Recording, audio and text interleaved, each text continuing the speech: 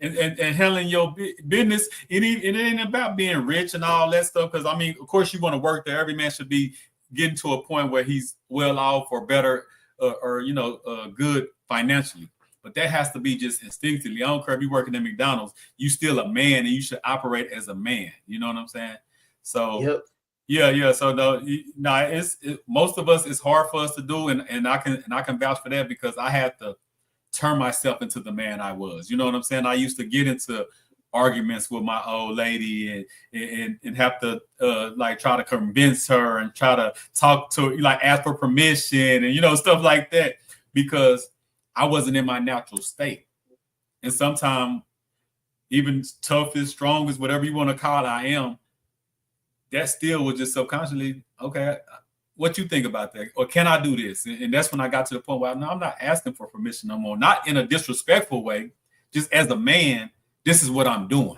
As a man, this is how I operate. As a man, you know what I'm saying? I'm leading. I'm not going to ask to lead. I'm just going to lead. You know what I'm saying? And if that's too much for the woman, you got to find you a new woman, bro. It's nothing about, it's not to be combat, it's not to be argued, not to be physical, none of that. If you got to do any of that to make her, to get her to follow your lead, that's the wrong one for you. I think that in a nutshell is the truth, the answer. It's like at some point, if she respects you, she has to respect when you say no also. Yeah, for sure. It can't just be respect when you getting everything that you want, when you want it, and when it's beneficial to you. You have to have room to be able to say, I'm not comfortable with that. Yeah. I think I want to do this a different way, And you have to have the confidence when you say it. If you timid and you don't really know and she can tell and hear it, she's going to push you. And when you the man, you like, nah, we ain't doing that. It's going to end right there. You know what I'm saying? But when she can tell, because women can sense it. They know when they're dealing with a simp. They know when they got a pushover. They know when they kind of handle you a little rougher than the other guy. They know, I can talk crazy to him, but I ain't going to say that to him. Women know this type of stuff. You know what I'm saying? They can be emotional bullies. They can definitely emotional bullies, man. Like, yeah. Because, so, I don't get in the back and forth with the women. I say I talk more to men. If we operate and we stand on business the way we're supposed to, the rest of the things gonna naturally fall in place, I believe. And if it don't, like I say, you're in front of the wrong person. Well, yeah, and especially if you're responsible for leading, then you're responsible for setting the baseline for the outcomes and stuff. So really, and honestly, we probably need to be saying no a lot more. Oh, for sure. I think so. I think. But why we don't? We want them cookies tonight. You know what I'm saying? We don't want her to get mad. She might not cook for us. I should be able to tell you, get the cookies and a good meal. Like, you know what I'm saying? Like, but I'm just saying from experience, and I deal with men, I deal with the community. A lot of us are timid because we're not walking in our natural state. And that's the part that's why I love what you do, because you talk, all the different topics, and, a lot of women hate some of the topics, but what you're saying is how a man should be operating. Yep. That's it. And the thing is, man, we're having conversations because we've been on both sides of everything we talk about. Yeah. But we tried it other ways because we spent more time in life being told that's not the right way to do that, or I wouldn't do that if I was you, or like when you're trying to feel things out, because you don't really realize how much of masculine presence has been diminished. When you can't say no without extra conversation going behind it, when you feel denied from, when you feel more obligated to please other people than doing what's comfortable for you, because they really comfortable asking. I'm not comfortable asking for, because like men take on a lot of pressure. Because they already have the obligation to lead, and you don't complain about it, you just go do it, because you can't pull out your score chart every time like you feel like, hey, I gotta bring this up because she brought this up, and now you're just listening to respond to each other. You're not making anything work. It's just conflict after conflict, or however you want to frame it. But I understand the difficulty in this. When I wrote the title for this, I knew it was gonna be I knew it was going to resonate with some people, because some people say you don't ever tell your mama no, you don't ever tell so and so no, whoever, and the one time that you decide, hey, I don't want to do this, or whatever that task might be, however small or large it might be, or it's for somebody else to do, like I'm not gonna cut my own grass. I'll pay somebody to come cut it. So can I cut the grass? Of course I can. Do I want to? No. Does the grass get cut? Yeah. So what's more important? Me cutting the grass or the grass getting cut? Yeah. So we look for the efficiency of things. And a lot of times we fumble. A lot of times we fumble because we don't feel that it's gonna be a value add to say no in some cases. Oh yeah, just get it done. That hasn't worked.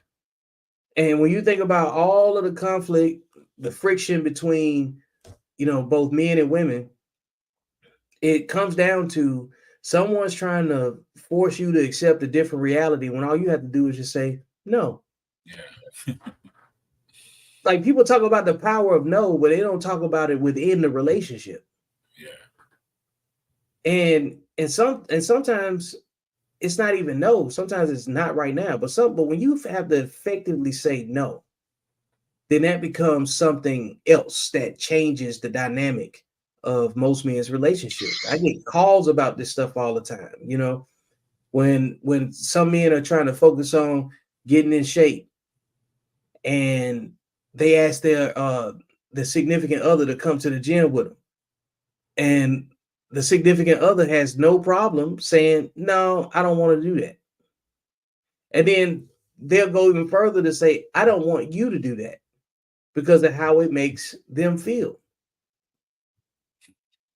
So at some point, if you care about your own self, which you should in a relationship, you're going to have to say no to take care of you.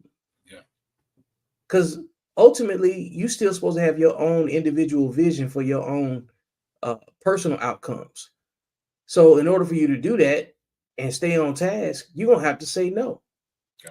You're going to have to say no. And because what's one thing that I learned from women, they have no problem telling you no. Mm-hmm. The first, nobody's been told no more than men. Nobody's been told no more than men. Yeah. As a man that's been in the military, you know how many times I heard no and then go do this? Yeah.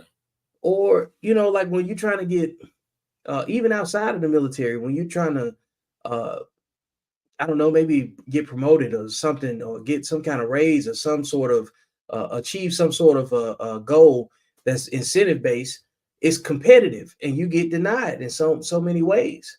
There's tons of projects that you try to complete that get denied, even if it's on behalf of other people that can benefit from it. Because I'm sure you've ran into that because, what I'm saying, you work with the kids and stuff, So when you're doing that, you're going to have a lot of people that's going to you're going to hear way more no's than you hear yeses. You know what I'm saying? So that's a fact. And that's what speaking of, like the last 6 months is what I've been having to go through personally. Me telling me no, me telling them no. You know what I'm saying? Like, yeah. I have to start saying the no and setting the standard. Yeah. Hang on a second. Mm-hmm. What's up, Kevin? Hey, check your inbox, sir. All right, because we already live. I'm gonna see you in a minute. All right. Okay, well, I send it over right now. We got somebody come out. I'll see you in a second. Yep. So yeah, like you're gonna hear way more no's in life than you hear yeses in general. So the overall is that men have to be comfortable with saying no. Women don't have a problem with saying no. They have no problem with saying, I don't want to do that. We have to be comfortable with saying we don't want to do certain things too. That's part of the reason why we lose so much momentum you know what I'm saying, in our creativity, especially when you in a relationship. It don't take much to kill it. You know what I'm saying? You got to be able to complete your task and make considerations for the task that, you know, that your significant other needs of you too, you know. But everything has to happen to where you are also comfortable, you know what I'm saying, with your circumstance too. So I'm glad you can make it back, Antoine. I want to go ahead and let me show you this new tool left. Is it better? For you, just for you. Yeah, we're gonna see in a second. So, but I want to show you this right here.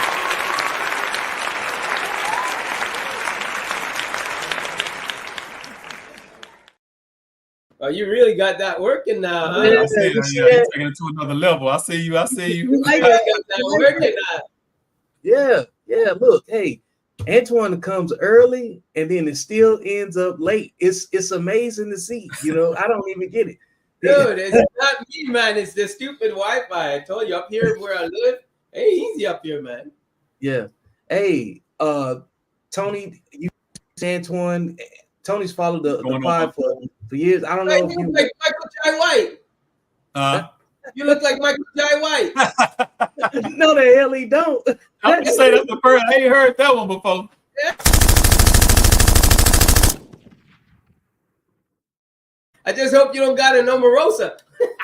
Nah, I don't got no Omarosa. Nah, you know what I'm saying? I don't got one of those.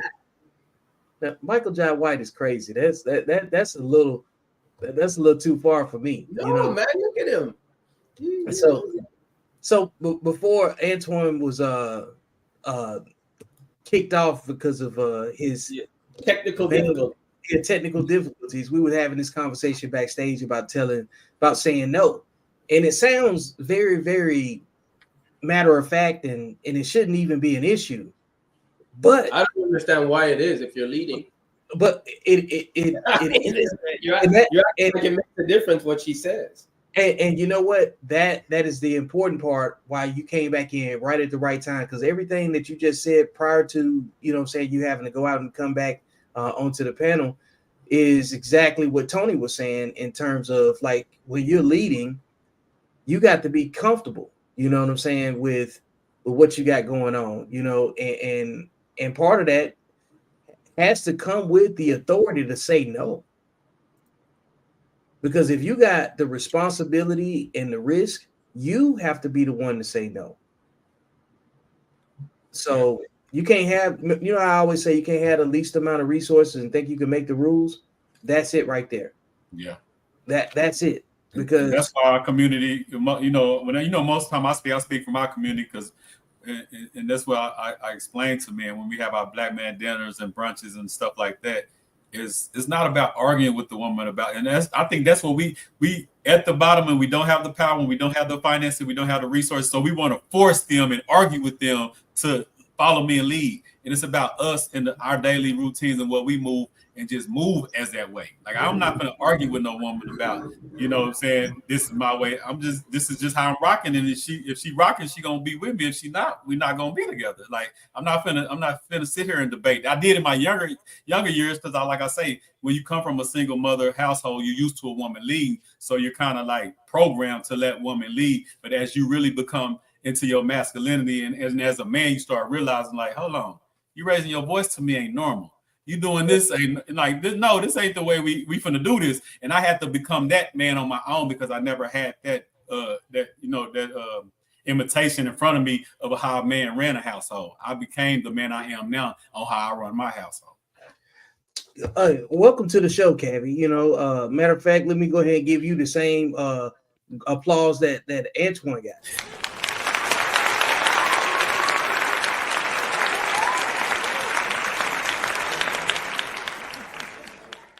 Yeah. All right. So a new addition to it, huh? You like that? Like that, man. I'm kind of proud of that little addition. But you know, we talked a lot today about being able to say no, and how a lot of men struggle with this in their relationships and stuff. Mm-hmm. Antoine's already stated his piece, but nobody's heard you speak on it, you know what I'm saying, outside of that. So tell me what you think about the power of saying no and why it's important for men, especially in a relationship. I mean, well, when we first looked at that video from last week, where the woman actually did the whole rundown of the importance of saying no, the importance of holding our women accountable at a very early stage in relationships or marriages, it's very important to do. It's very important to say because if you just allow a woman to just run over you like that and just have her way all the time. I think your wife mentioned it before, Vic, when she said, I had this pushover dude that just wasn't interested and I couldn't get down with him.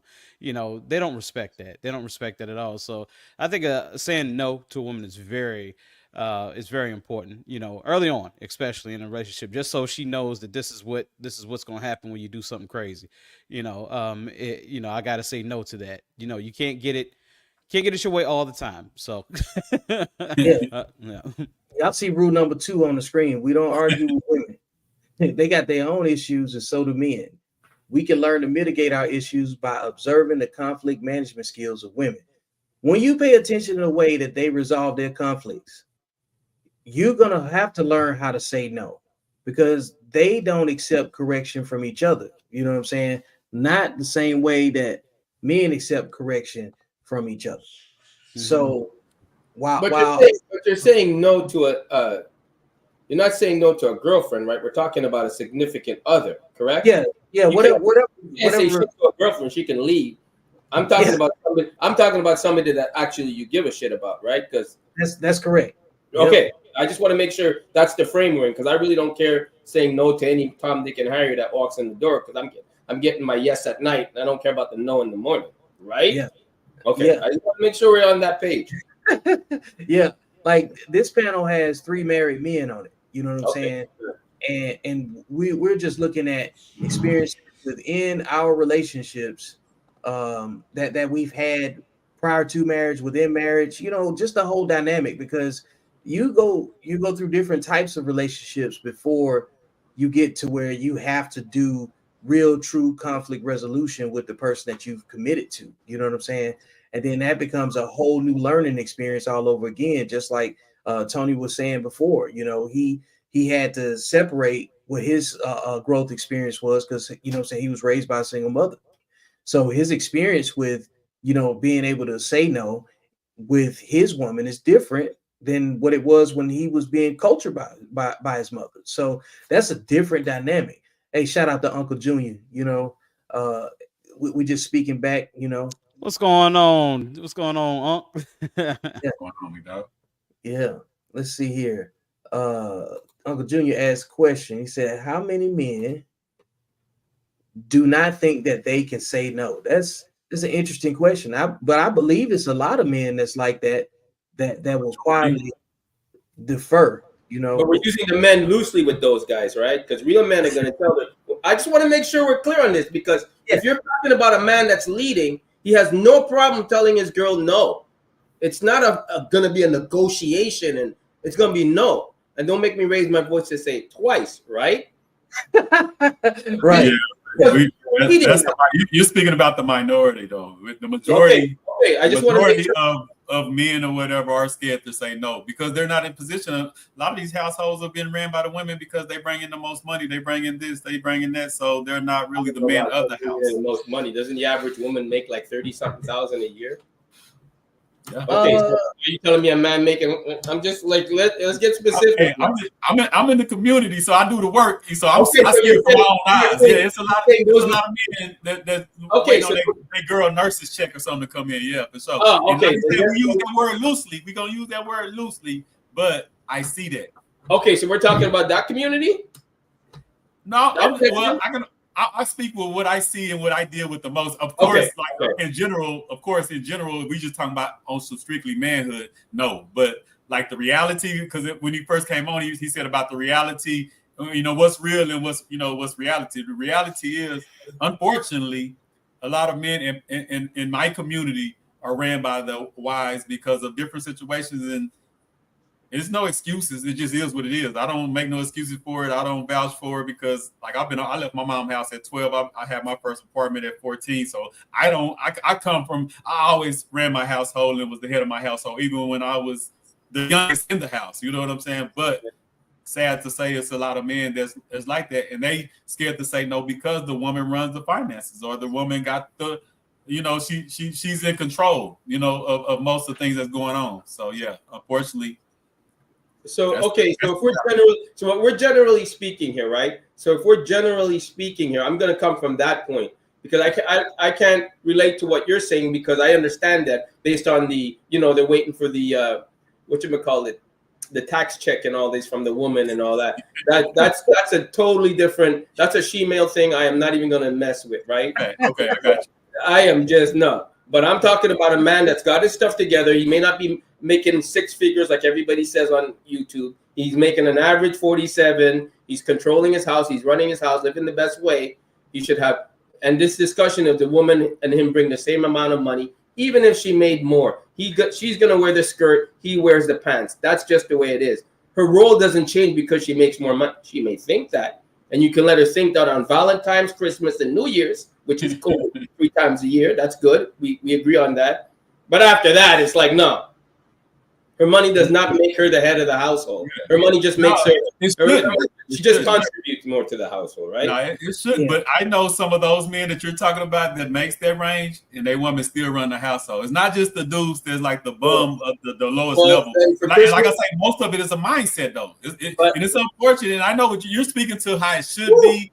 In the minority, I tend to speak to the majority, and you can tell by our community. Look at the community. That lets you know, and that's why Victor, I always speak about how we got to take over our community, not ask for permission, not can I do this, not we can't do that. We just have to take. We have to take it back. It's not in an argumentative way. It's in our actions and how we operate. Like Tony, we talking black women here. You can't tell them nothing. If Shahrazad Ali couldn't tell them nothing. Don't expect to come in and change the community. You got to go with what we have and who we're procreating with and who we're married to. So let's start with that. You can't change a woman's mindset that's within the community right now.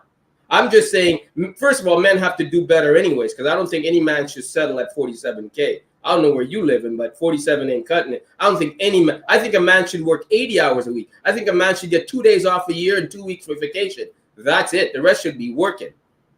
That's how I believe. And I think every man should strive for that. There's no way you're going to be settling at 47. That ain't even like shit. Holy crap. If you at 47, what are you driving? I'm just saying, right? But if a man's going to be the provider and he's going to, I don't believe in, submissive women and all that shit. But if a man's going to be the provider, he's going to be in the household.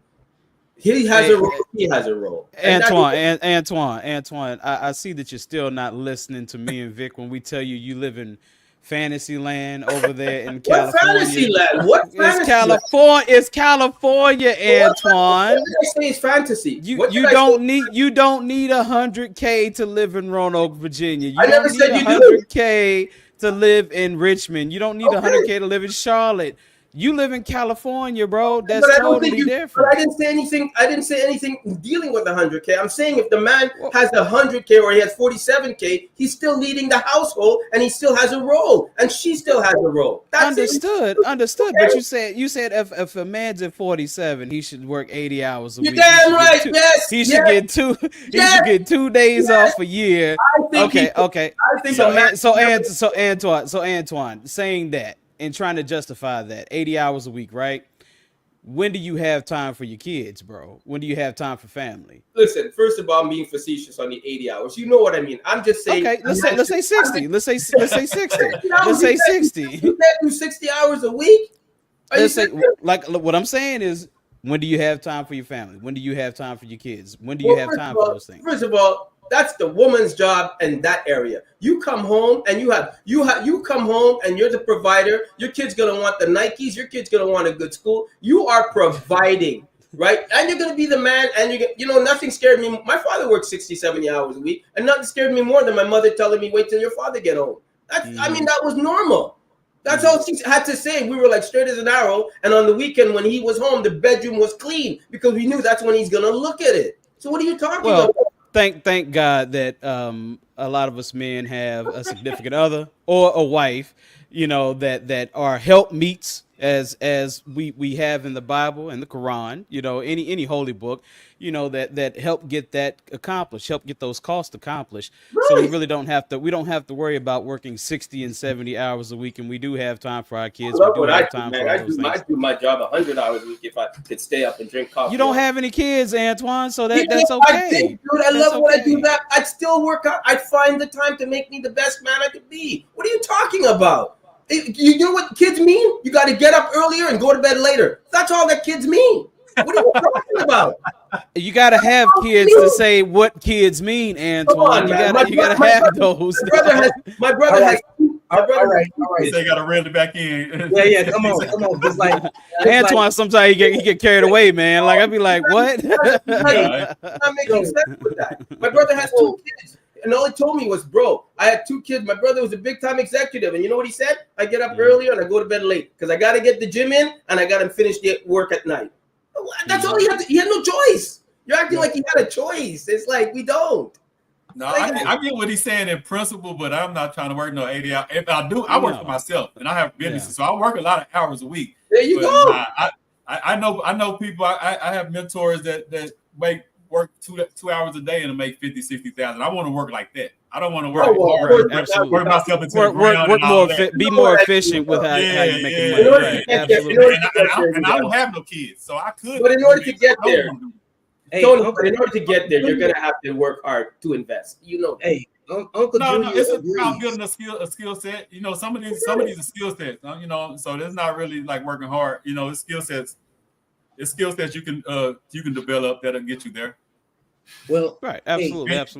And a 40-hour and 40-hour a week job with that skill set and doing right with your money, you could get there. And Vic, I'm reading what Uncle Junior said right there, Golfer. You know, and here's the thing: you can work your 60 or 80 hours a week. I understand that, but so that's how these boys who are being raised in 2-parent households and they still out here doing dumb shit on the streets. That's exactly how that fucking happens because daddy ain't home. So what's the fucking point of being in your household? What's the point of being in your household if you're not home? That makes no significant sense at all. The kids I gotta see every day. I'm just see every day. Hold on, gents. That's exactly why the value that Tony adds to the panel, because he works with the kids that are in fatherless. Like Tony, tell everybody what you do. You know, let me give you the floor. Come on. It's just more of a lifestyle. You know, I have the nonprofit and all that, but I started something called CEO Youth League, and I started because I was that kid that was with that single mother, and she was at work, but the dad wasn't there. I mean, he was there in principle, but he wasn't there every day. So it was just me, the older of 4. You know what I'm saying, running my mom's household, and that's how I got into the streets. That's how I got into what I was doing. So, like working all those hours, I hear it in principle as a man, and he seems older than me. So he's coming from that old school way. That way now it's not gonna work. I just had a conversation with a guy. He was driving trucks and he was always gone.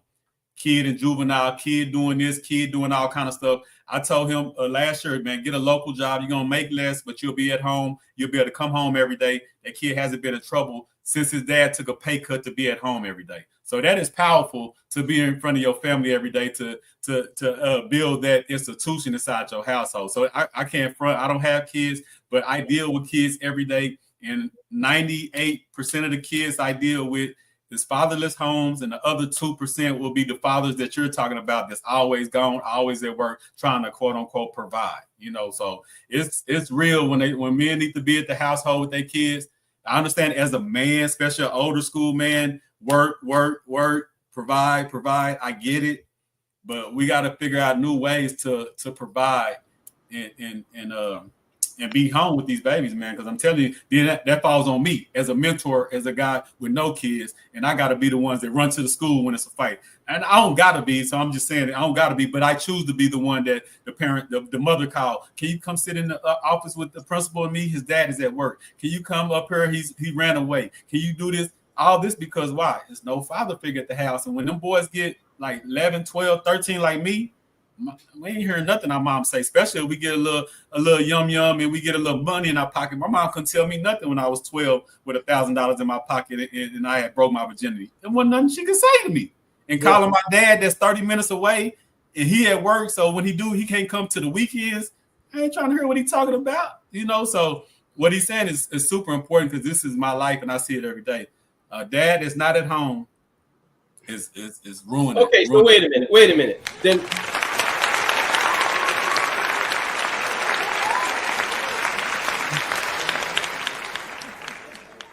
So wait a minute. Let's put some parameters on this because now we're going off into the baby mama shit, and I'm not doing that, right? I'm talking about a nuclear family. I don't know. Yeah, if we're going to start talking about the degenerate families and all that shit. That's a total different conversation. No. I'm talking about that's a total different conversation, right? If we're going to talk about that, that's different. I'm not talking about baby mama. I'm not talking about the absent daddy. You said in general, and I'm talking about a family. Are we talking about a couple? Are we talking about broken family? Like, let's put parameters, because if we're talking about a nuclear family where my father did work 60, 70 hours, that was always there, that was always drove to when I had to do something in school, that's different. But if you're talking about two separate households and coming together and doing all, okay, I get where you're coming from. That's different. The man ain't in the home. I get that part now. That's coming from a different angle. So we have to just put some parameters on what we're saying. Are we talking about the way the statistics are today with 80% or 60% of baby mamas out there? Like, let's put some squares in it. I'm talking about both. I'm talking about both. I'm talking about the dad that wakes up with the mom that goes to church on Sundays. I'm talking about that family. And I'm talking about the dad that don't live in the household, but he's still being a dad, but he's not there. Either way, if you're not in the household with that kid every day, if you're the holy guy that's always gone and you are the dad that wakes up, but you're gone, and when you come back home, the kids are already asleep, that's just as worse as the dad that stays across town or in another town that's never there. It's the same. Okay, so I can speak from that. That's not true. I can speak from that. Because you got to speak in majority. You're speaking in the minority. The majority of men come home when their kids are sleeping today. If you're making 47, I can guarantee you're not going to be there when the kids are up, depending on how old they are as well. I agree with that. I agree with that. But I'm saying that's the problem, though. That's what I agree with that, but that's the problem is what I'm saying. Okay, I get what you're saying now. If you're talking about where you're coming from, totally could relate to that, totally understand that. But if you're telling me a man is going to do overtime, he's going to pay for certain things with school, we take on as much overtime as we can to make sure we can provide, especially if the wife is only making 30 or 40 like the statistics say. So you're bringing in 90, depending on where you're living. Yes, you can live where you're living, Alabama or whatever Cabby said, at 47, you live in large. Great. But I'm just saying the man is there, but the man is not going to be there as much as the woman is. He's not. He's going to make sure she has everything she needs, but he's going to say, hey, listen, I'm going to be working overtime this week. They're going to have that discussion in the household to say, hey, I'm working overtime this week. Oh, don't forget his basketball game is at this time. There's going to be that discussion. That's where I'm coming from. That's all. Yeah, I get it. And what you say about the presence you don't have to be there. True, in the minority. In the majority, the statistics in the community, and you can just look around and see that you have to be more of a presence. That's why it's a such thing as mentors. Why? Because there's no presence at home. So they call people like me, can you mentor my kid? You know what I'm saying? So the presence you have to have some kind of presence to be impactful. That's just the reality. The reality of this conversation is that the lack of presence makes the conversation legit, Yeah. And how this comes back to like saying no is sometimes you got to tell somebody no. You got to, when you take a pay cut, you're saying no. You're committing to something else. Yeah, there's going to always be a conflict when you tell someone no. It's a hard stop. And like one of the things I wanted to highlight on this is accountable masculinity rule number 2. We don't argue with women. Women have their own issues, and so do men. As men, we can learn to mitigate our issues by observing the conflict management skills of women. By remaining in observation mode, men have the vantage point to avoid cyclic negative competitions and unhealthy conflicts with women. After implementing the findings from the observation into our philosophy, we should be better focused on ourselves. What's understood doesn't need to be said. Accountable men have code. This is why no, when you say no, it has to come with reinforcement. Mm-hmm. Because it's not that you don't want to support it, just like you can't say no for what you've obligated yourself to do, Tony. You know what I'm saying? As a mentor, you're not in a position to say no. not to every I single would say person. that because I have to learn that I'm a better mentor if I say no, If you because say, people take advantage of that if you I'm don't. saying, Yeah, that's what I'm saying. definitely. The perception. At first I was like that though, so I was like, hold on. That's what I'm saying. The perception of it early on. Yeah. You took in everything, I'm sure, Everything. you know, and then after a while, when you saw that you weren't getting the reinforcement and the support, the reciprocation from your mentorship, and just keep making the problem worse, at some point you had to say, I can't save everybody, you know, even if they come. Can I come in on this, Vic? Why would you Can I want come to in? say that? Come on, Kevin. Let me come on this, because I'm looking at Garfield's response, Uncle Junior's response, and it says you do not have to have presence to have impact. Let me ask him this question. I'm gonna see if he responds. When you teachers were not present in the room in COVID, and you guys were at home and the kids were at home, what the fuck happened? Let's go ahead and continue to talk while he types in his response to that shit.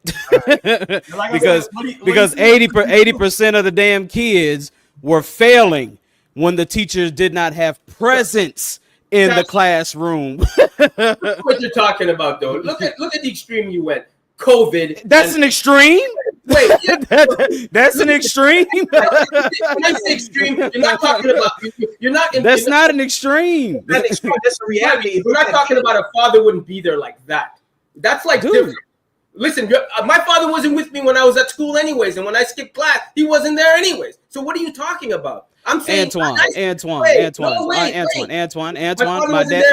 My father was in the household. I came from not when you were at school. Household. He was not there when you were. Listen. I came from a 2-parent household. Okay, my father worked 2 jobs. My mother worked 3. Okay, so all that time I was a child left at home by myself. Before I reached the age of 18, I can bring my mother on here and she can tell you. Before I reached the age of 18, I had 2 fucking felonies, bro, from stealing 2 cars. I went under advisement until I was 18 years old, and them felonies dropped off. So the only reason I don't have a felony on my goddamn record right now. What I'm telling you from personal experience, when your parents are not around, that ain't nothing but the devil's playground, bro. They gotta be home. I agree with that, but you guys are creating these scenarios like based on anecdotal. This is creating a scenario. I'm telling you my life, bro. How am I creating a scenario? That's my life. We're bringing it into being personal and anecdotal. That's not what I'm talking about. If we're going to talk about personal and anecdotal, then my life was rosy, right?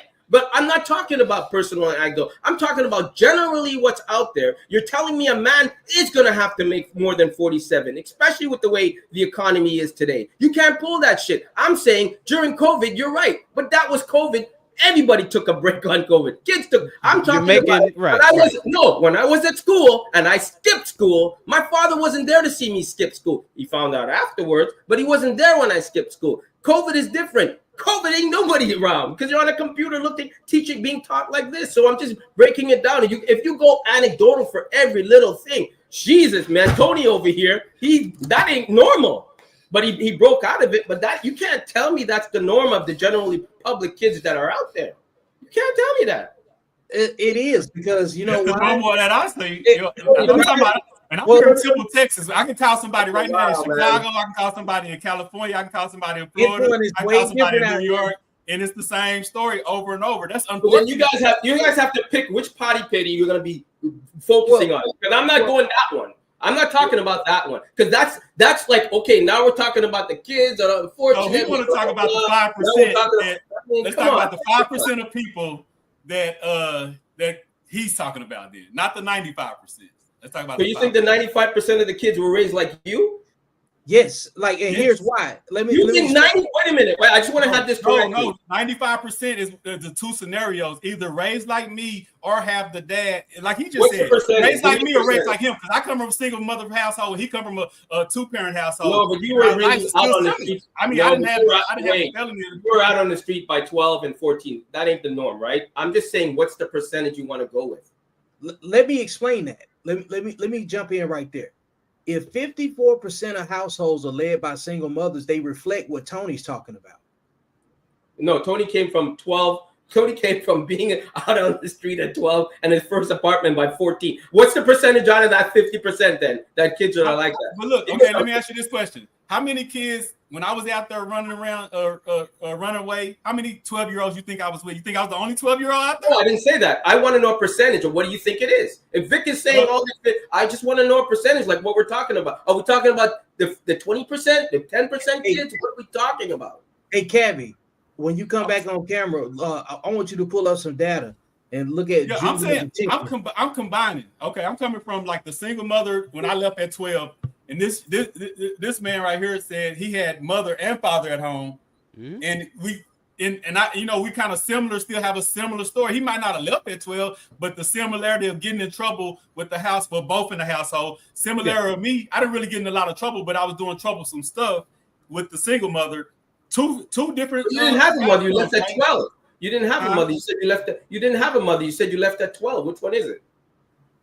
No, he said you left the household at 12. What you mean? You said you left the household at 12. You had your appointment. You had your apartment by 14. Was your mother living with you at 14? No, but I still had a mother. But see what you're doing. You're missing the point because you're trying to pinpoint it on certain words and stuff. You're missing the overall point. The overall point is, if I come from a single mother and I left at 12 and he had both his parents in the house and he was there to 18, right? Or you said 18, right? Yeah. So those two different scenarios with similar outcomes and similar background. I don't got no felony either. He said he don't. But we went down a troublesome path. Why? Because it wasn't no presence. Either way you look at it. Your parents failed you. And your parents failed you. And I'm asking, what do you think the percentage is of that?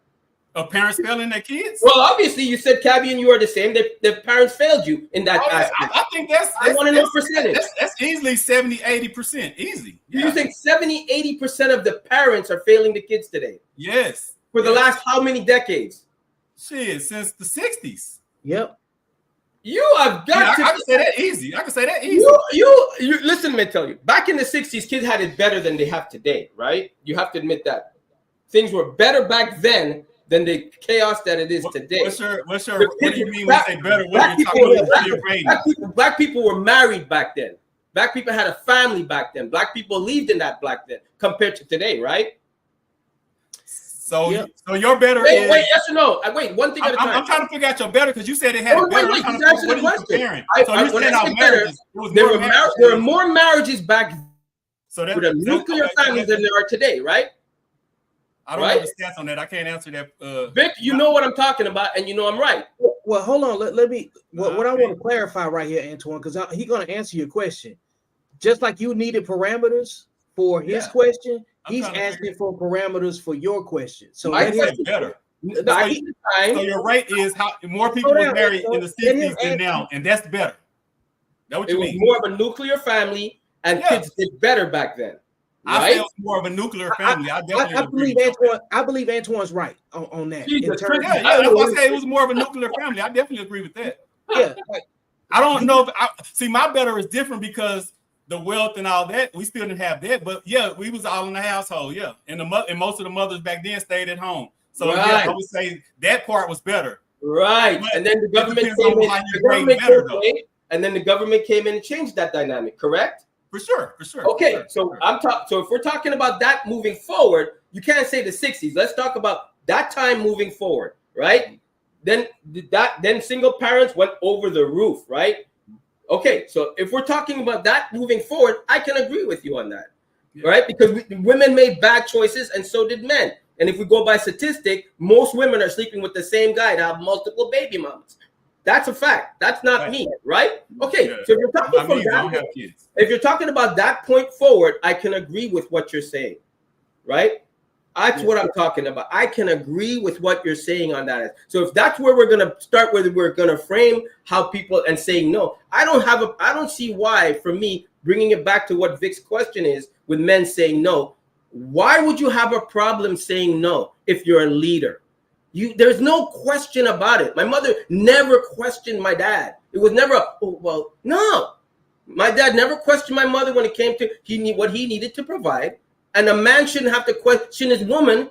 She shouldn't have to question him when he says no. Now, if you don't have that dynamic with your significant other, don't blame me because you chose wrong. Yeah.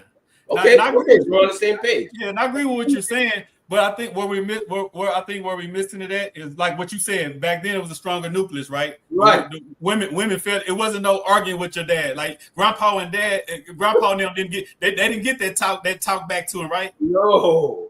What you're saying when you said it moved and the government messed it up, that's when that shift came. Right. That's when you had the single mothers. That was like I grew up in a single mother household. That's what I used to get whippings by my mama. My mama told me sit down. So and that's what I was telling Vic when I first came on. That so when you move into a relationship and you come from the background I come from, and not even just the background I come from, because it's some married people that women ran the households. I seen it with my grandma and my grandpa. Like she ran the household. You know what I'm saying? Right. It was just there were different levels of men. So in my family, I go to war right now with my family because my family is women predominantly, and it's not a lot of strong men. So when I talk the way I talk and I stand the way I stand, I battle with them because they're not used to that. Grandpa wasn't strong like that. Uncles weren't strong like that. Most men listen to the women in my family. So I have to battle that today, right? I'm talking about ongoing right now. Yeah. That's the battle because they're not used to a man that talk. And that's why it's hard to say. But Tony, they're raised by women. They're all pussified. Yeah, for sure. And that's the point of the question. Why is it hard for men to say no? Because a lot of men are raised by women. Exactly. That's what this whole conversation. This is where, like, all of your simps, you know what I'm saying? Like the men that you say are pussified and everything else, they are raised by women. And then the same women are trying to challenge men and say, well, you guys need to take authority and you know what I'm saying, and take the lead. But then he's explaining what he's seeing, you know what I'm saying, from his whole bloodline. Me and Tony have had extensive conversations about this, you know, and this is how fragile it is. You can't even say no without it going into some committee or form of approval for somebody to make a decision that makes sense, because it has to satisfy everybody first, and nothing's fair. You know what I'm saying? Some things are just necessary.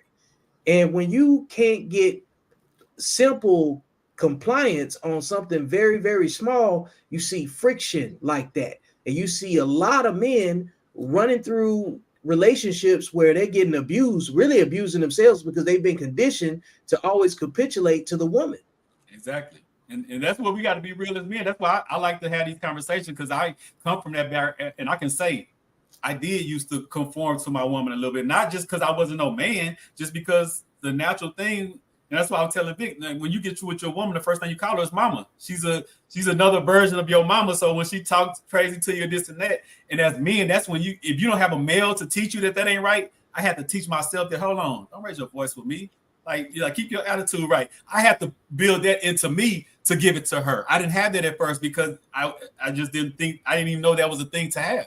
Because I came from my mom with me. She fussed at me. She did all this. That's why I ran away. You know what I'm saying? So remember what I'm saying. That's a fractured part of the community. And that's just being real. You know what I'm saying? This is why I said we have a matriarchal demographic to the community, and we have a patriarchal demographic to the community. Men that was raised with men, even if they was out there doing whatever they was doing, like Cavi described, eventually when they came back home and his dad got involved, there was still some principles where his father was non-negotiable on. Exactly. You know what I'm saying? Like, you had a reference point. You knew what was going to come with your bad decision making. You know what I'm saying? Absolutely. But you were still willing to do it because you felt like nobody cared. You know what I'm saying? Right. For whatever reason. But reality snapped you back, and luckily your father was there. You know, it really wasn't that, you know, I said nobody cared. I knew I was well loved as a kid, no doubt. Mm-hmm. You know what I'm saying? Like I said, I had very, very loving family, very loving, you know, parents and everything. It's just like when you're a 12 and 13-year-old kid and you're outside all day, you're running the streets all day, and no one's there to tell you no. You know what I'm saying? I'm talking about, I got plenty in the refrigerator. I got air conditioning at home. I got my video game system. I got everything. But at the end of the day, you're still out here running the streets, and you just happen to go to the mall and you don't feel like walking back. And one of your boys say, hey, man, you know, there's a car right there running. You want to go ahead and get it? So at the end of the day, you're influenced easily to do it. So at the end of the day, that also taught me to get some street smarts to myself as well. Like, that's okay, why I wrote this right here. That's why I wrote this.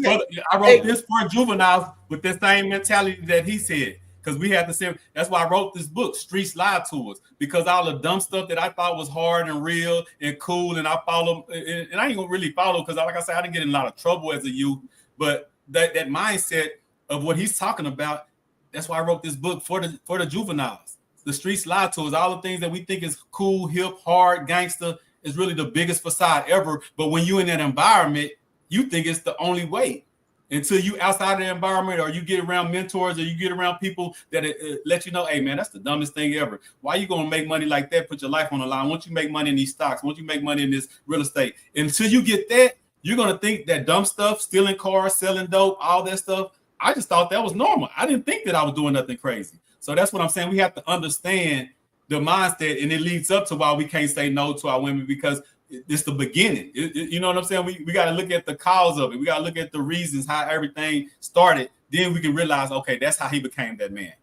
Well, we already know how everything started. They had no man in the household, and they had no mentor. We already know that. That's the oldest story in the book right now in the Black community. No men in the household. The government came over, blah blah blah, and the whole victimhood shit. I'm not talking about that. Let's talk about today. Today, men need to do two things. First of all, they have to man up. And it's just the way it is. Life is going to show you that. You have to work hard. That's it. Point blank, finished. Done. Second of all, you have to really vet the woman you're going to be with, so you can say no and have that discussion. Now, the men that are raised by single mothers need to find a solid mentor, such as Tony, to let them know, hey, this is how it is. Read this book. They need to find that before they go out and try to make a family of their own and sleep with any girl to repeat itself. That's all I'm saying. Like, if we're gonna, that's the solution. The solution is the men today have to find a mentor like Tony and Cavi and Vic and myself that they can have that discussion with before they go out and make the family. That's all. And that's how you're gonna fix the problem, because you ain't fixing the ones back there. Really don't give a shit about them. Personally, I hope they die off so we can start living fresh again. God damn, because we always looking back, trying to drive a car going forward. And that shit is getting so old, it's played out, done. I'm talking about the men today that we can save. The ones that, hey, you know what? I really think you should brown bag it before you just go with that one. That's how it should be. And you have to break a few eggs. You have to be willing to break a few eggs. Why can't you tell a woman no? Yeah. Why? Well, me and Vic talked about that. And we were talking about, you're right, that is the solution. The solution is to get to the younger men that have not engaged in such things and teach them at a young age, like Tony's doing, like I'm doing. Mentoring in the community and letting them know this is how these things are going to come about. This is how these things are going to work out. When we're mentoring, I'm mentoring from a different space than Tony. Tony, are you married? Yeah.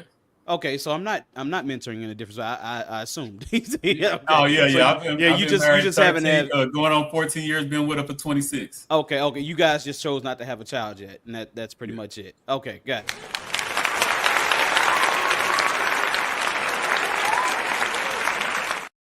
That was a wrong time to use that. Big man. Okay, it's a new feature. He got to use it.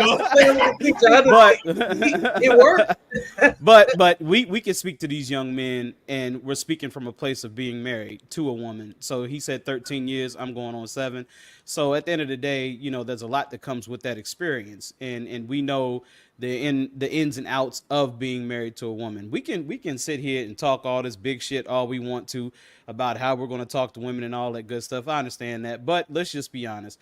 If you want to keep your marriage going, if you want to keep your household going, if you want peace in your household, there's a certain amount of understanding that has to happen amongst man and woman. You know what I'm saying? I don't speak to my wife and look, woman, you're just going to listen to everything that I say, and that's that. That's really not how this thing goes. Even to the richest man or the most powerful man, that's not how this thing goes. And they'll tell you that. You know what I'm saying? That there has to be some type of, you know, you scratch my back, I scratch yours. That type of mentality. Am I right in saying that, Tony? Oh yeah, and that's why I say you don't lead from an iron fist. You lead from your actions. You know what I'm saying? Like me, I got with mine when I was 15. You know what I'm saying? And she's 2 years older than me. And you know what I'm saying? So I had to become a person. And I used to argue, you're gonna follow, you're gonna lead, you're gonna do this. that ain't the right way. You just have to. I wake up every day and I make moves and I take care of my business, and she has no choice but to follow in that. I'm not you gonna listen to me. I'll be back in her my old days arguing and fighting, and I don't do that. I set the example. I make the right moves, and I lead by that way. And then she follow. A woman would naturally follow if you lead her into the right direction. The problem is a lot of these guys don't have no plan, don't have no vision, and can't lead. They need their woman to lead because they don't even know what to do. If she do say, "Okay, I'm gonna follow you," you know what I'm saying? That's the problem. You know what I'm saying? So yeah, and that's why it's all a balance. It's not no all one way or the other. You definitely not gonna have no marriage and telling her, "Hey, woman, you this is what you gonna do." You're definitely not gonna, especially with no black woman. You know what I'm saying? If you do it, you gotta do it a little nicer and figure out a way to put some candy like on. You're trying to be like Mr. on Color Purple. Right, that shit ain't gonna work. You're going to jail. You're going to jail. You're going to jail. That's what's gonna happen. That's fact. But you know, it's like me and Vic were talking earlier, and Antoine, you may be able to engage in what we're talking about here. We were talking about if you saw your significant other or wife gain too much weight and they weren't healthy anymore. You saw her walk up a flight of steps and she was completely out of breath. You know, the fact that men can't just say, "Hey, you're getting a little fat. I need you to lose some weight." Why? That's not. Okay. So why not? You think my wife? She's my wife. She can tell me, "Hey, that beer gut you're working with. You know, you used to go to the gym more and be able to really keep it tight. Lately, how come you're not going to the gym as much as before? You know, you're drinking a lot more beer. You're not even a drinker in your drink. Why can't she have that discussion with me? We're married. She knows everything about me. She sees me butt naked. And if I'm going up the stairs and she's taking up the whole stairs, I'm going to tell her, listen, I can't even get around you anymore. Like, what? Why not? I didn't marry that. And when you had 2 kids, you didn't look like that. Why can't you tell her? That's the problem. You're trying to make bad news sound pretty. And then she doesn't get the message. And then she's going to turn around and tell you, well, you had no problem with me last night. I go, yeah, but I didn't marry that. Like, you act like I had a choice. You have to be honest and have discussions like that, because she's going to be able to tell you, listen, you used to do so much before for this house. You used to keep it tight outside, and now you're not. And I don't like that. You know what I mean? You have to be able to talk to your wife like that. You know, telling a woman, oh, you know, how do I look in this dress? Well, you know, you're okay. You could, you know, you're looking okay. I like when you know damn well that ain't your color and you're looking fat as hell and you're rolling. You know this. So why would you want her to walk out the house looking like that? Like, what do you think is going to happen? Oh, she's going to look over you. Why are you lying to me? Like, why didn't you tell me I didn't look that good? Well, I didn't want to hurt your feelings. Now it's like, well, nothing you say can be validated. Like, you guys are creating a scenario that it's like, why can't you tell her? Take the fork out of your mouth. What do you want me to tell you? You cook too good. Like, I don't understand why men can't have these discussions. Because I'm pretty sure if a woman wants to tell you you're drinking too much, or you know what, you're resting that glass on top of your belly and it wasn't there before, she ain't gonna have a problem telling you. I don't believe in that. Like, that's craziness. That's not what I married. I agree with you to a certain extent. I don't have no problem with saying, hey, I say it all the time about our diet and everything. Like, so I have those conversations. I don't know if I might have it with as much aggression as you have it with, but I wanted to be because Tony, I want it to be clear. I want it to be crystal clear. I am not a mind reader. I want it to be crystal clear. Yeah, no, I get that. I want it to be just like she could tell me crystal clear. You know what? You're really not doing what you used to do before. What am I not doing? A, B, and C. You know what, baby? You're right. And I'm going to change today. That's all. That's all it takes. I'm not going to have a long discussion with her about it. Yeah, don't you think, you know, like, come on. You guys are, I don't see why a man can't be honest with his wife. Period. No. Like, that's my wife. Yeah. If she can't tell me and I can't tell, who's going to tell me? My parents? My brother? What? Like, you know, shit. I understand what Antoine's saying in terms of being direct. Yeah, I get it too. Like, but as a man, as a married man, there's a degree of tact that's involved. If she tell you she don't want it that night, Vic, you ain't getting it. If she tell you straight up, put that thing away, that ain't no about that. You're putting it away. Hear me out, Antoine. And I'm not even criticizing what you're saying at all, because you're right in what you're saying. We're talking about tact. when we try to say something the way that needs to be said without smushing somebody's toes or feelings or something like that, it comes off in a way because, man, women are fragile. Women and even Uncle Junior asked, do we have an example of telling a woman no or being told, or can we accept being told no? Men get told no more than everybody. Nobody's been told no more than men. Nobody's been told no more than men. The first 25 years of your life is getting told no by everybody. You know what I'm saying? And then probably even more that you're gonna hear way more no's in life as a man than you're gonna hear yeses. You know what I'm saying? Life tells men no. Life tells men no. Life tells men no. You know what I'm saying? Jesus. So that can harden a man to a point where he doesn't have any tact.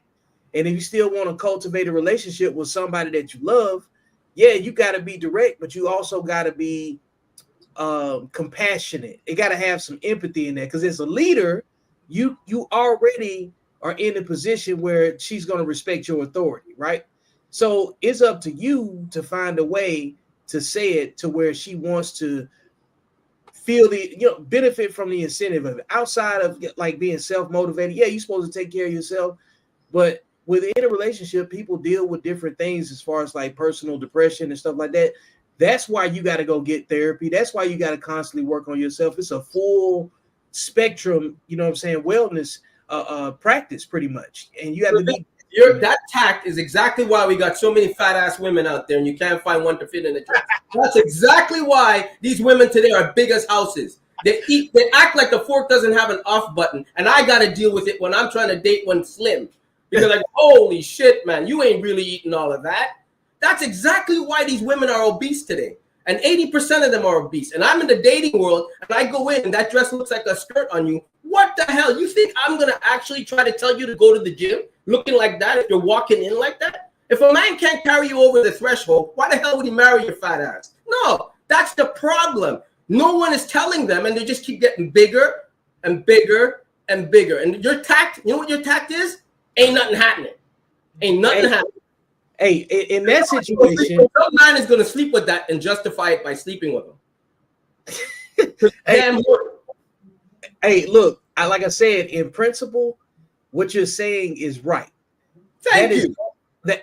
Nobody said that Antoine is wrong. We're just listening to how we just taking note of the delivery. You know what I'm saying?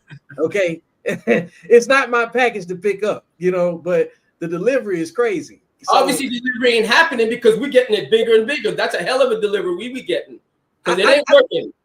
It ain't working. A lot of people. Well, let me say it like this, because a lot of people that follow my content on Facebook, they get confused. They assume that I don't have any compassion because I write the way Antoine talks, but I just don't say what Antoine says. That's why I can find the common ground in it. You know what I'm saying? This is about. People don't understand the difference between translation and interpret. Translate. They don't have a problem saying they want a man making 100K. They don't have a problem saying, "Hey, you." Translate is about taking the word for word, okay, and reading what it says. And if you can only look at the word, you can understand the principle of why you need to take ownership of your own body and your own current state of being.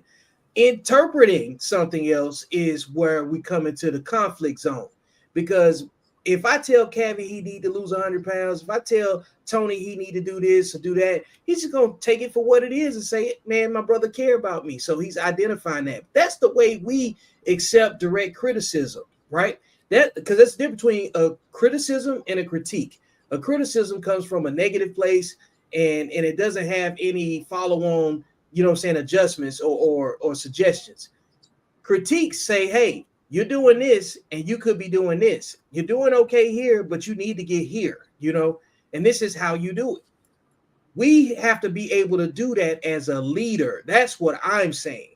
Nothing that you're saying, Antoine, is wrong. We just have to package it differently as a leader, because she's already, you don't like the word, she's already submitted to your leadership, your vision, your guidance, or whatever. But you also have to submit to the fact that you have to take care of her emotionally too. Now, there are times where you're going to have to be very direct, because most of the women that you're going to deal with that deal in the feminine space, this is one of the things me and Cavi talked about. They are brats. They are bratty. They are bratty. And in spirit, that's where you have to meet them sometimes. But you still have to talk to them in a way where they can still trust you. That's what I'm talking about. Okay, but if I'm with my significant, all my girlfriends that I've had, all of them, I've always had that discussion. And I'm speaking as a married man, okay? Listen, even if I'm married, all my girlfriends know how to communicate with me. All of them, and they know how I communicate with them. Just like my brother's wives know, if you want to know if a dress looks pretty on you, ask Antoine. Don't ask me. He's going to tell you. That's how we communicate. I'm just saying, if I'm with my significant other, she's going to know where I'm coming from. She's going to know after she drops that kid, she better lose that baby fat. She's going to know. I'm going to have that discussion with her because that's the kind of man she married. Just like she's going to know if I'm not holding up to my end, she's going to say, I better not joke around with this guy. I better just tell my husband like it is so he can do better. That's all I'm saying. You have to have that discussion, but you shouldn't have a problem communicating with your wife, telling her, listen, Victoria's Secret ain't cutting it no more. Come on, what can we do about this? Are you cooking too good? Maybe less butter? You're going to have that discussion. You should be able to have that discussion. Hey, look. I don't get that.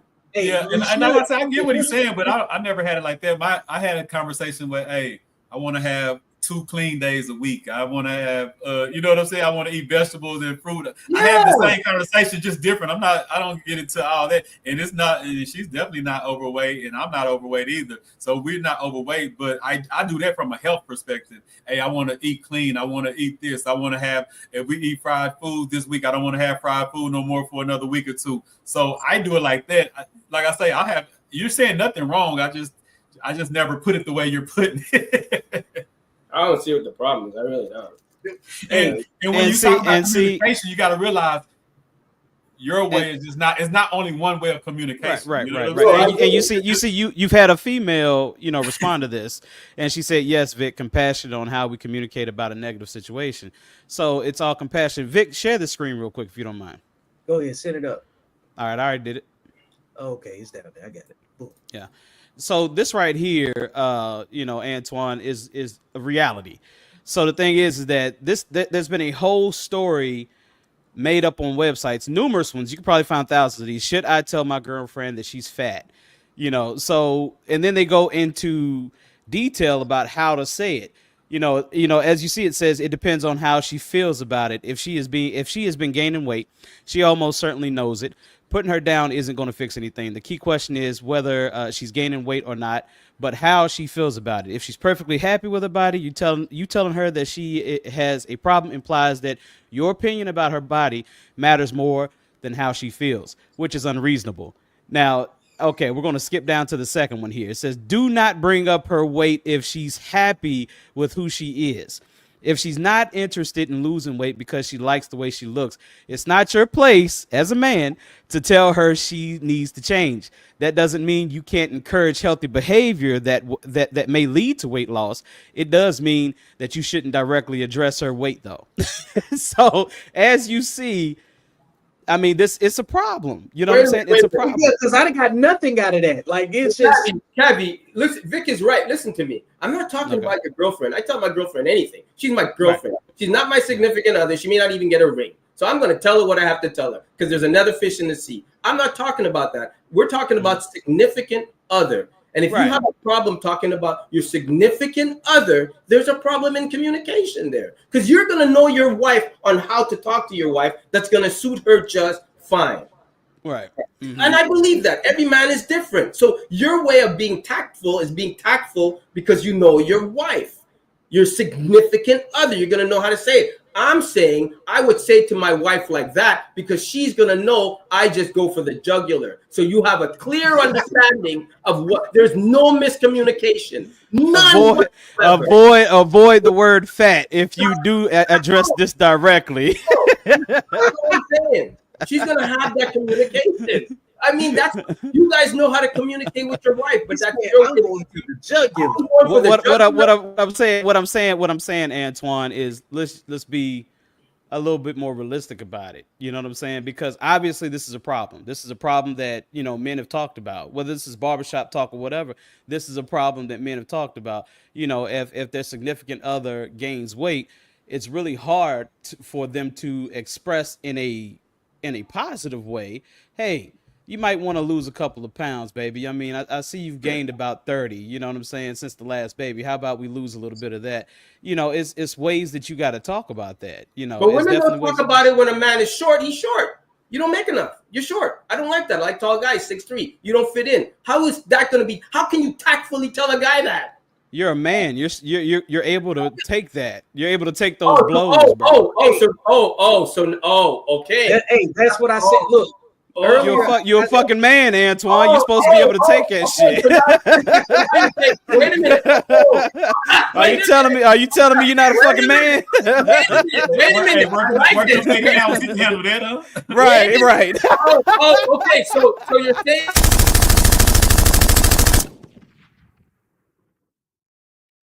I love that shit. I just want to make sure we're clear. Because we're a man, because we're men, we get to hear it like shit. And because they're a woman, we have to cushion it a bit. Is that what you're saying? Absolutely. That's exactly what I'm saying. Okay. Right. I don't believe that.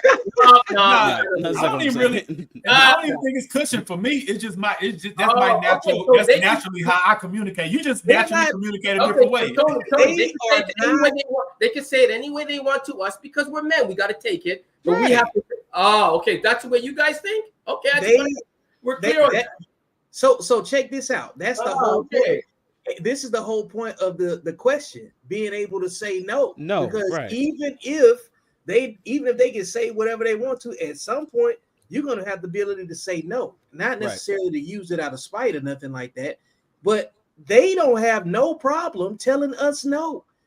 We've been told, look, women have been telling us no for the large majority. We've been prepped for it. We've been prepped and groomed for it. So it's nothing. It's nothing, man. My wife tells me, hey, you lost a lot of weight, Kev. You lost over 100 pounds, but I need this gut to be flat. Antoine, I'm gonna get that gut flat. I'm not gonna sit here and cry about it. Can you tell her the way she just told you? Can you tell her that the way she just told you? Hell no. Hell no. Hell no. That's right there. I got a theory. I got a theory. Let me I'm with Anton now. Like, if you can tell me that, I can tell you that. Hey, oh my goodness. But brother Tony, you know that's not realistic. But no, it's realistic because we don't talk to each other. That's what I'm saying. We automatically have a different way of communicating. But if you tell me something like just blunt, I'm like, damn, you rule that too. You know what I'm saying? Like, if we gonna be blunt, let's be blunt. But if we gonna just have our normal way of communicating, then let's normally communicate. Like I would say this and that, and she'll know what I mean, and she'll say this and that, and I know what she means. That's the way we communicate. We got a female response again. What does it say? It says it can be a sensitive subject to some, not much to me as an adult, but society will cause enough issue with our children. I was looking at that too, because you know how I feel about society in general. Because like number one, women have the most influence in society, so society has been reprogrammed by women. Yeah. So when they blame society, they really just blaming women. Okay. It's the truth. Okay, who has more influence in society? I tell people, man, when I talk about going back to my work, and I'll be like, okay, 80% of the work I do is troubled kids. 80% of them are led by single mother households, right? So, and this is what is, and it's not to blame mothers, women, none like that. It's just a fact. If 80% of our community is ran by single mothers, and the conditions in our community are what they are, that's the problem. You know what I'm saying? And it's not a blame game; it's just a fact. That's why we do need more stronger men in the household. We do need more men that's more involved on a day-to-day basis with their kid. We need more of that, and I think that right there will crush a lot of the bad numbers that we see. Yep. Okay. Now, Garfield said earlier. Real quick. Yeah, Garfield asked a question earlier. It says that ever time where you had to say no to your significant other. So, and I will say yes. I remember when inflation first hit, and I remember when the food prices went up. Now grocery went up significantly. But what went up higher than that was, of course, fast food or eating out. That went up insanely high. So when you're feeding a family of four, it's wiser, financially to cook at home because you're costing yourself way less money. Because, I could eat McDonald's, with a family of four, and that bill is going to be $50. Okay. Yeah. Whereas I could spend $25 and make a dinner, and a lot of that dinner is going to be left over for tomorrow. So I fed my family for 2 days instead of feeding them this junk for 1 day. Yeah. So yeah, there was a time that I had to say no. That was that conversation that we had to have. Well, is there a reason why we're cutting back on eating out? Sometimes we got a busy schedule, whether it's, taking my son to soccer, taking him to track practice, going to games, things like that. So sometimes you can't help it. You have to eat out. But it's like I said to her, look at how much we're spending. We bring out the bank statement and look how much we're spending on eating out. We have to cut back on that and only use that for emergency purposes. Because at the end of the day, it's eating up a lot of our savings. Not a lot of the savings, but it's eating up a significant amount of savings that we don't need to. It's a bill. Right. It's a bill. So the thing is that if you don't want to work those 60, 80 hours a week, to be honest with you, Antoine, I'm okay with working, 60 hours a week. That's okay. That's no problem to me. But the thing is that if you're working those 60 hours a week, your savings needs to be climbing. You shouldn't be working paycheck to paycheck if you're working 60 hours a week. And too many times in today's society, I know you've seen that credit card debt in America is $1.3 trillion. So we're talking about people making six-figure salaries still living paycheck to paycheck because they're not fiscally responsible. So the thing is that at that point, that's when you need to start saying no. Because sometimes women can get a little careless with the money. We know that. They're shoppers. We're not. If I'm going to a grocery store, I'm in and out. And me and my wife have tested that. I'm in and out. I have an agenda. I'm focused. I'm going to aisle A17, going to get my bread and going to get whatever else I need, and I'm getting the hell out. A woman will spend hours in a grocery store or a store in general because they like shopping. So at the end of the day, yes, at that point, Garfield, that's the point where you really have to say to a woman, hey, nah, I understand we're working some overtime and everything, but we don't need to spend our excess, savings on stupidity. You know what I'm saying? And we had a good conversation about that. And we actually solved that situation because we're eating out way less than what we were prior to me mentioning that. So it's sometimes best you can say no, and hopefully you have the wife that can or woman that can understand, why you're saying no, and she ain't just, oh nigga, you broke as hell, you need to work 10 more hours a damn week. No, I'm not sacrificing my time for a 10-piece chicken nugget and a Big Mac. I'm not doing that. You know what I'm saying? So no, but Cabby's 100% right, because you know what, fast food today is considered a treat when you go out because of the hell price. Yeah, it is. It's a treat, right? But even if as a single man dating, I know the first thing, she's really the one I want to be with, significant other. I'm talking about now, okay, we're getting serious, right? Before she moves in, I'm going to find out her finances. I'm going to say how much you have in debt, because I know I'm taking some of that on. I'm not stupid. I know if she's graduated from school, college, whatever it is, hopefully that's over with. But let's be real. I have to know what's in your bank account. I don't know about you, but you paying a mortgage over here with me. Because I can go on vacation and have a lavish lifestyle and enjoy myself. But now I got to think of you. So my vacation may not be as much as I wanted to because I'm paying for something that you're coming along now, right? Oh, yeah, absolutely. So absolutely. Things have to downsize for the greater good, I think. And I think your woman should understand that. She knows the prices. She knows the prices of, I can't believe a Big Mac is $8 or $9 now. Like, bro, crazy. I was like, when did that happen? Crazy. Yeah. Bro, Vic, when I rolled up to McDonald's one time after a soccer tournament, bro, and I got that person on the other side of the intercom said, that'd be $48. I was like, what the hell did I get? What the hell did I get? You need to read this back. Like, oh, the order's on the screen, sir. Oh, okay. Damn, when did stuff get that high? Yeah, to pay for those drinks. I don't know nothing about that life. Yeah, bro. It's different, bro. It's different. I eat from home. I haven't ate fast food in about 12 years. I haven't drunk a soda in about 15 years. I don't know nothing about that. And see, brother, and you look good, bro. And no homo. You know what I'm saying? You look good. You know what I'm saying? At the end of the day, you can see my fat face. I'm losing weight, but my fat face, you know, you can see that at one time I was eating a lot of high sodium foods and stuff. I'm actually glad that that inflation took over because yeah, we can stop eating this bullshit. Right? Yeah. It's forcing you to get right. Yeah. Cavi, you come down a lot, Cavi. Your face ain't taking so much of the screen. Appreciate it, bro. You stupid. Really. No, seriously. You know what? Seriously, I can see it. I can see you come down a lot. I can see it. I appreciate it. I appreciate it. All those aside, though, as black men, that's definitely important, man. It's definitely important. Oh yeah, no doubt, no doubt. And I learned that because, like I said, I ran away at 12, so I was on the block with the 60, 70-year-olds, and they were just huddled down from alcohol, from fast food. Both my grandpas died at 62 and 63. One died from pancreatic cancer, and the doctor I was like, "What? How you get pancreatic cancer?" And he was just like, "It's not one thing; it's a lifestyle." From that day, I've been living a different lifestyle. You know what I'm saying? No doubt. No doubt. So do you guys agree?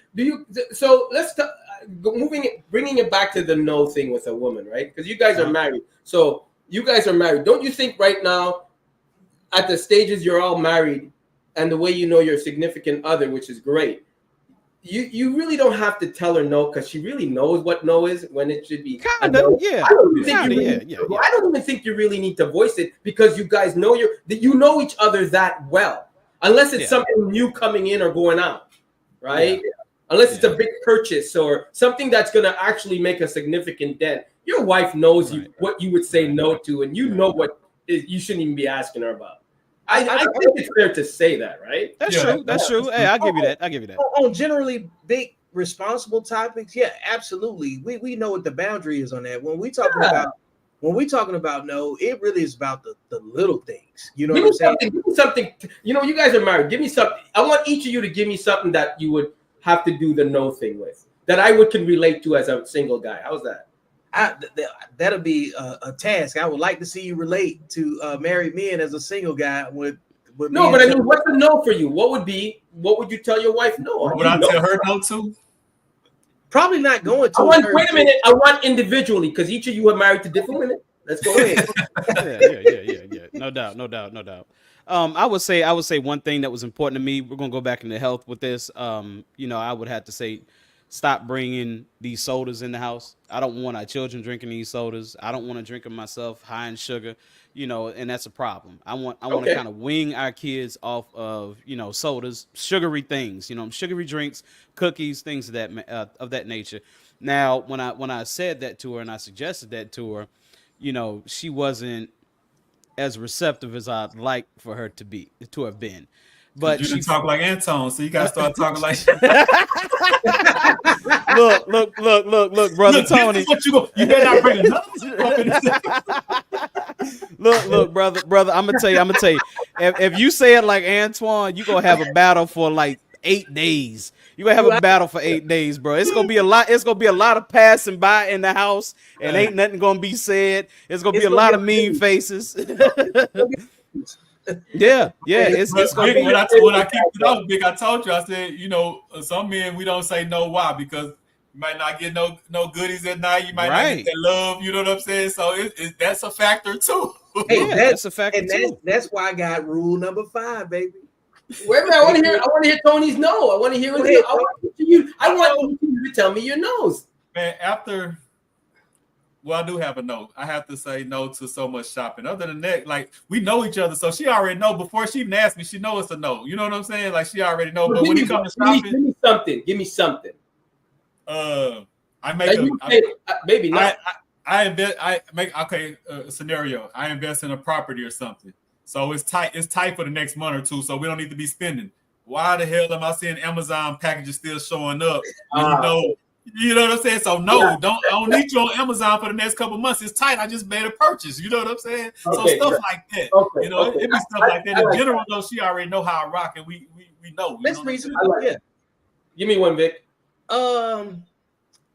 Maybe dealing with family or associates that I don't really like.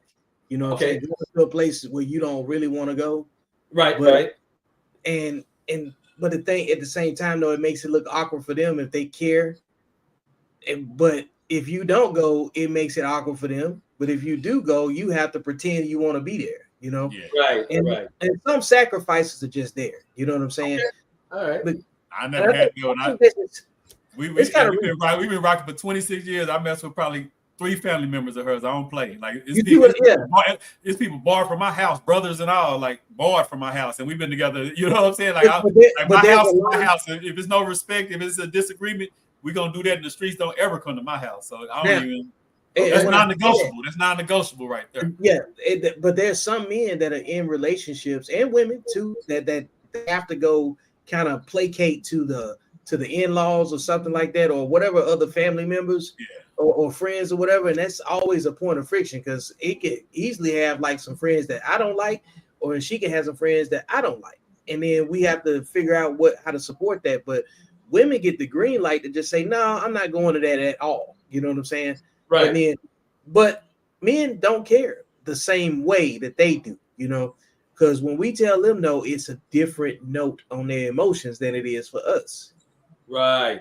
Yeah. When it comes to the family part, hey, I say like that tone. Then when it comes to the family, don't play, don't show up. Hey, I done had the brother knock on my door, say, man, you know, I don't mess with you. I want to talk to my sister. You better call her. You're not welcome here. Yeah. And there's no non-negotiable. I'm the man of this household. You know what I'm saying? So I guess I do sound like you when it come to that part. See? You see?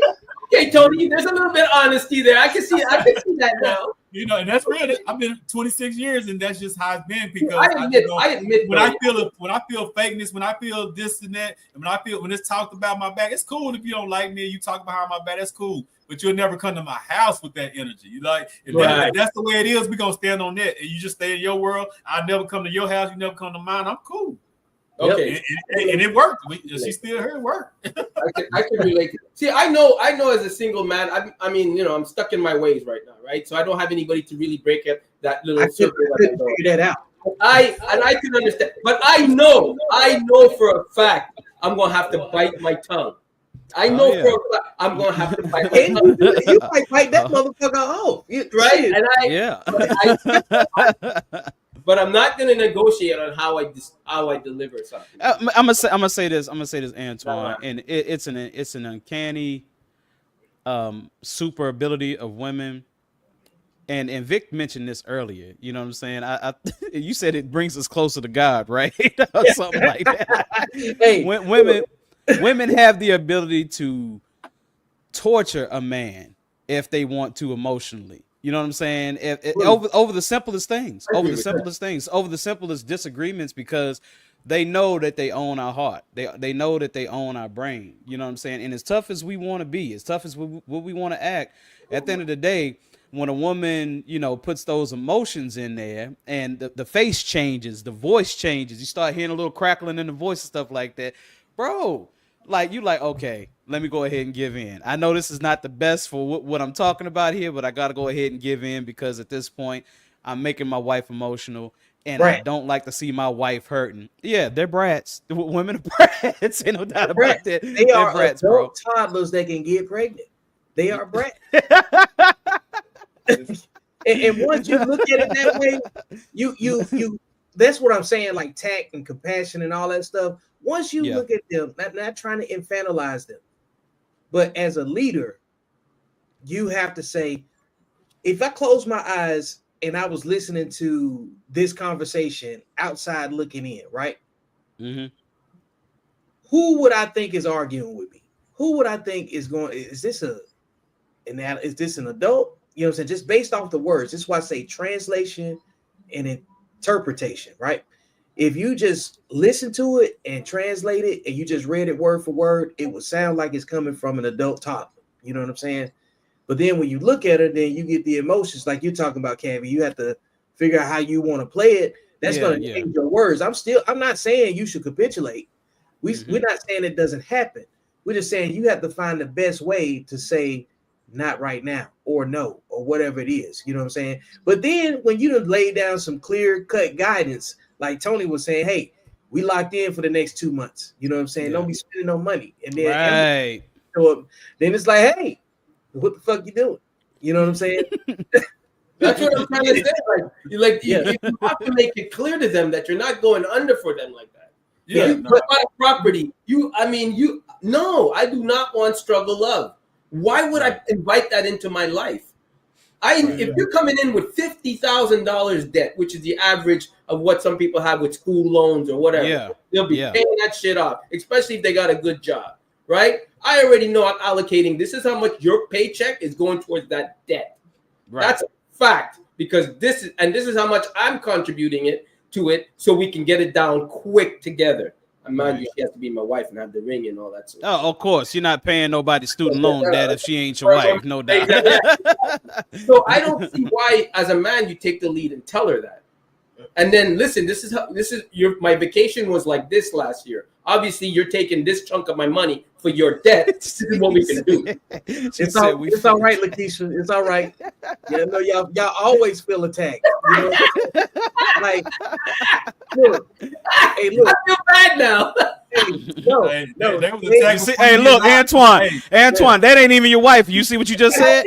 I feel bad, man. I feel bad. See, that's how powerful. That's how they do it. So all that tough talk that you got, you gonna fold. You go fold. Yeah, you gonna fold. When that happens, I'm gonna tell you guys straight up, I folded. I'm gonna be honest. Hey, you folded by yourself too. Look at you. The whole thing made you take back. Look, you lost all credibility just now, just that quick. I felt bad.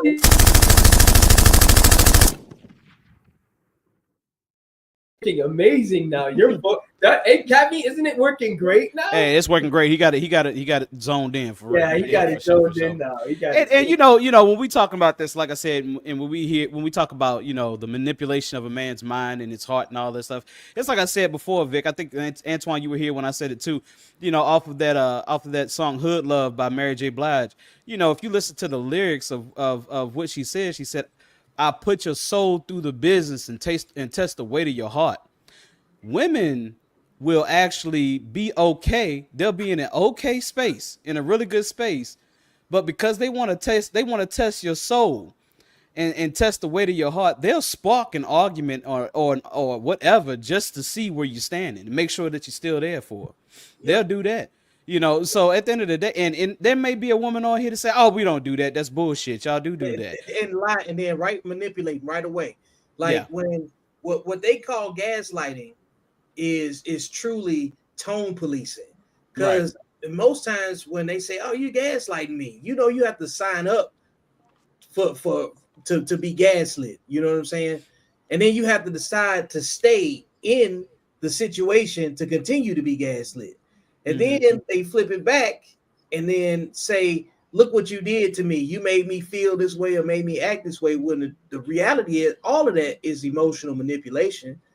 All of that is just tone policing. You don't like what I said or how I said it, but the principle of it is right. You know what I'm saying? So that's why you have to continue to stand where you stand.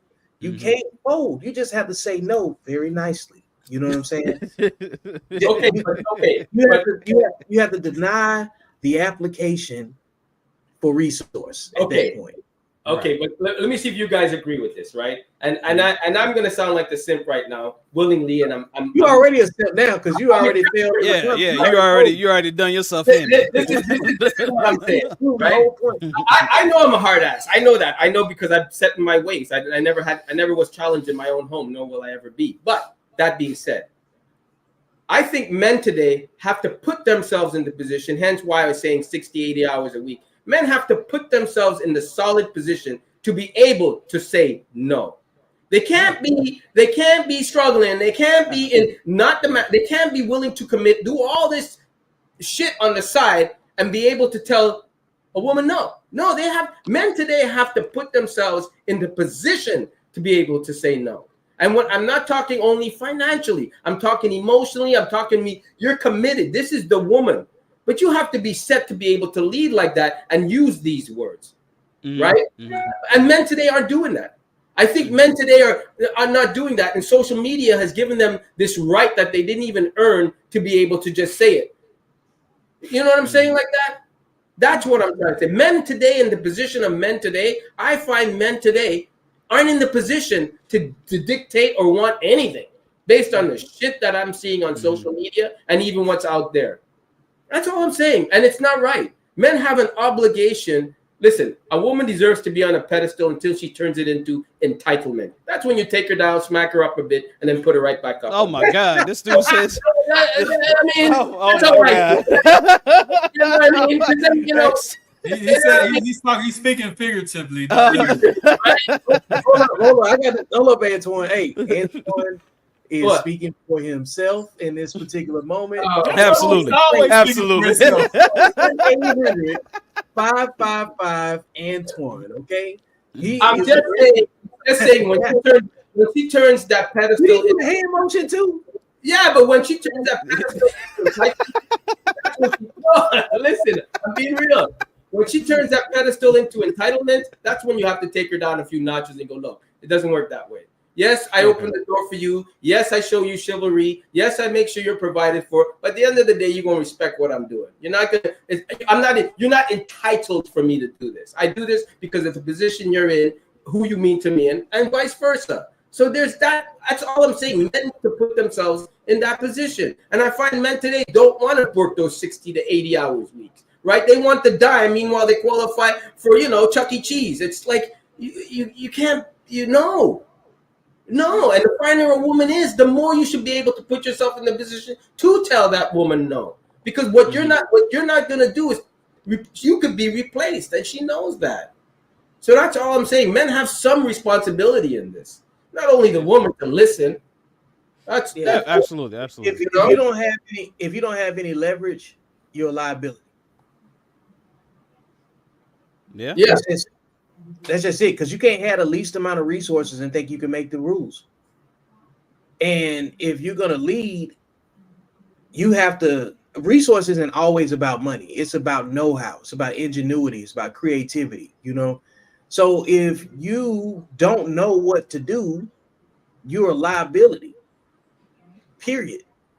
Yeah. Right. And if you can't accept the worst case scenario as as part of your planning, then you don't have a plan. You got hopes and ideas, but it's not rooted in, probability. You basing your decision making on possibilities. Possibilities are endless. Probability is what's most likely going to happen based on where you are in proximity to the issue. So that's the thing, like when you have to balance out how you tell a woman no. How do you tell her no? Because when you have to speak on the entire spectrum of things, because she's not thinking the way that you're thinking if you're leading. If she's leading, then you're just waiting on her to make the next move and just do what she tell you to do. I believe the more you lead by example and the more you walk in that walk, the less you have to say. Yeah. Yeah, that's true. That's true. Hey, that's true. Yeah. Men have code. Men have code. What's understood doesn't need to be said. That's why I don't think you guys need to tell your woman no. I think she won't even do something that requires a no. I think you already know. Yeah. You're right, Antoine. You're right. You're not going to be. There's no such thing as a submissive woman. If she's with you, obviously she's submitted already. She's going to know her place. I think you have a solid relationship. There's no submitting. It's like you both know your roles. That's all. I'm agreeing with you. Yeah, I'm agreeing with you on that, bro. I'm agreeing with you on that. Yeah. Even if you're not in that situation, like if I'm single like you and I'm just starting off, right? That tone got to be set off top just as well. Right. So they'll know it's not no. Well, let me just try to get on her good side or get her in the bed. And I'm gonna be a simp for the first couple months. No, you can't. You gotta. This is how I am off top. This is how I'm rocking. This is how I move. And this is your ball. You can. So now we don't have to get into the battle because off top you knew how right. This is my program. This is how I run my program. Right. So there's no back and forth. There's none of that. But most guys don't do that because they come in simping. They come in just trying to see if they can get her in the bed. They come in trying to do all these other things. So they simp their way in. But then once you simp your way in, it's hard to pull out because you can't do it. I agree with you on that, Tony. That's 100% true, and that's the problem with the men. Some of the men today, I would say. quick question, right? Which demographic of men do you think do that? The sexually undisciplined man or the sexually disciplined man? Sexually undisciplined, of course. Yeah. Rule number 5. Rule number 5. That's what I'm saying. Like when I ask these questions that draw the line, every man isn't making the same decision, because part of this podcast and this platform and the philosophy behind accountable masculinity is about disciplined men having problem-solving discussions and putting the what's most likely to happen on one side and what could happen, based on the discipline of your decision making, right? So what you just described, Tony, is where your baby mamas and your baby daddies make their decisions, where they sip their way into a situation, and then when they pull out, then they come out of there with a kid. That's what happens, So you've seen the fruits of that because you work with the kids, because some man couldn't say no. Some woman couldn't say no. But for the most part, I like to echo what Antoine said on the last pod. Men have to be more responsible with themselves sexually too. You know what I'm saying? Yeah. Like it's not going to happen. Like you can't wait on the women to take charge of the sexual marketplace, I guess you could say. Yeah, for a lack of better discussion, the man has to set the tone in that. Yeah, because I have to do that. Like even now, like I deal with mostly single mothers, right? I have to set a tone because I understand the type of man and I have told a few of them this. I can understand the type of man you're dealing with, because sometimes they try to treat me like I'm the baby daddy. Baby, I ain't got no kids. Like, so that the way you come in with that energy and that neckness and that snapness, do that with you should do that with your baby dad. But see, I understand that's the type of man you're dealing with. So I have to set the tone, even as a mentor. This is how I operate. And there's no negotiating with that. You know what I'm saying? So men, you got to set that tone no matter if it's a woman you with or if it's just in general. I set that tone in general. I don't. It's not no up and down scale. This is how I rock regardless. Okay, go ahead. That's what being masculine is. It's like not having to raise your voice for people to understand who they can and can't play with. You know what I'm saying? So when you set that tone, that made a quick adjustment right away. They had to ask permission. You know what I'm saying? Especially when you put down the rules and the boundaries around what your spectrum of respect is. You know what I'm saying? Because whatever she learned, she got it from the wrong type of guy. And that's why her best decision making put you and her in the same space. Yeah. But but check this out. I'm also the guy that's saying, if you're living paycheck to paycheck as a man, you shouldn't even look to be dating. You got to get yourself out of that hole, because that woman's only going to bring a deeper hole for you. You shouldn't even be able to be looking for a date. I get you're horny and all that shit, but you shouldn't be looking for it. You shouldn't. I agree with you. I agree with you on that. I agree with you. You're going into a deeper hole. I agree with you. You're going into a deeper hole. Yeah, you gotta have some type of savings, something in a kitty for a rainy day. I get exactly what you're talking about. So I'm agreeing with you. That 60 hours a week and you ain't saving nothing, and you can't put something. That's on you're doing something. That's on you. Yeah, fiscally irresponsible. That's all that is. That's all that is. Or you got these one-off situations where you be doing everything the right way, but if you don't choose the right woman, then you have different issues that come about. You know what I'm saying? Mm-hmm. So there's a threshold where a man has to make a pivot, because you can't work 80 hours a week for. Oh, I just read this right here. I'm sorry for interrupting. I just read this. Yeah, that's why I put it on the screen. So Anthony Richard, he said, Spencer James Olsen, I had a buddy working the oil rigs on 12 to 16 hours making bank, but got left because he wasn't there for her. Focus shouldn't be on the hours, but rather learning to work smart for the sake of being available for family. See, that's what I was saying, Antoine. No. Yeah, dude. or just be single and look, Antoine. If you ain't home rubbing them feet, rubbing them thighs, stuff like that, you gonna get fucked on. I'm trying to tell you, you gonna get fucked on. My old school used to say Sancho gonna be. Hey, my old school used to say Sancho gonna be coming through the door if you ain't there. Boom. Okay, but she didn't know you. Boom. No, but I wouldn't. That's what I'm trying. I told Vic earlier, way back when. I'm the same guy that said if you're in the army, you shouldn't be married anyways. If you're on an oil rig, you shouldn't be married. If you're driving trucks for a living, you shouldn't be married anyways. You're not going to be home. That's a given. You're sleeping where you are. So I agree with that. But don't tell me you didn't explain this to her like this. And if she cheats on you, brother, you deserve that. You know ain't no woman going to keep her legs closed for months. Get the hell out of here. Why would she? She's got That's why you gotta take it. It's just like you. She's got the itch just like you. You're stupid. Because he talked crazy to her like you did, and he thought she was gonna listen, but she didn't. No, listen. He thought he was putting his foot down, and so he went back to the oil ring. She put the legs up. You know what I'm saying? Right.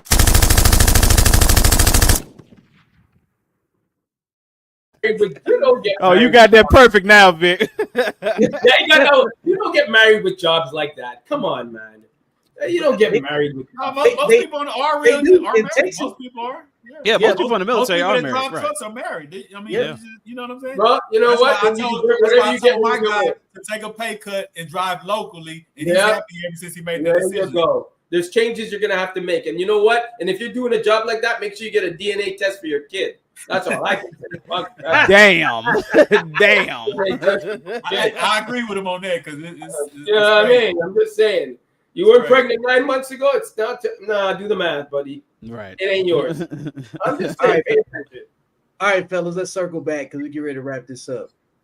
So, what would you like to leave the audience with tonight, as far as like key takeaways from ability for men to say no? Because a lot of men probably before this conversation probably didn't feel like they had a way that they could actually say no. We've seen various examples, you know what I'm saying, and people showing life-changing scenarios as to why it's important to say no. So what do you guys think? Tony, go first since you're our guest this evening. Man, to me, it's all about just how you move. Like, I don't have to say no because I operate a certain way. So the way I operate tells them no, right? So I would just say lead by example, but focus on what like Anton said, build yourself up, get yourself together.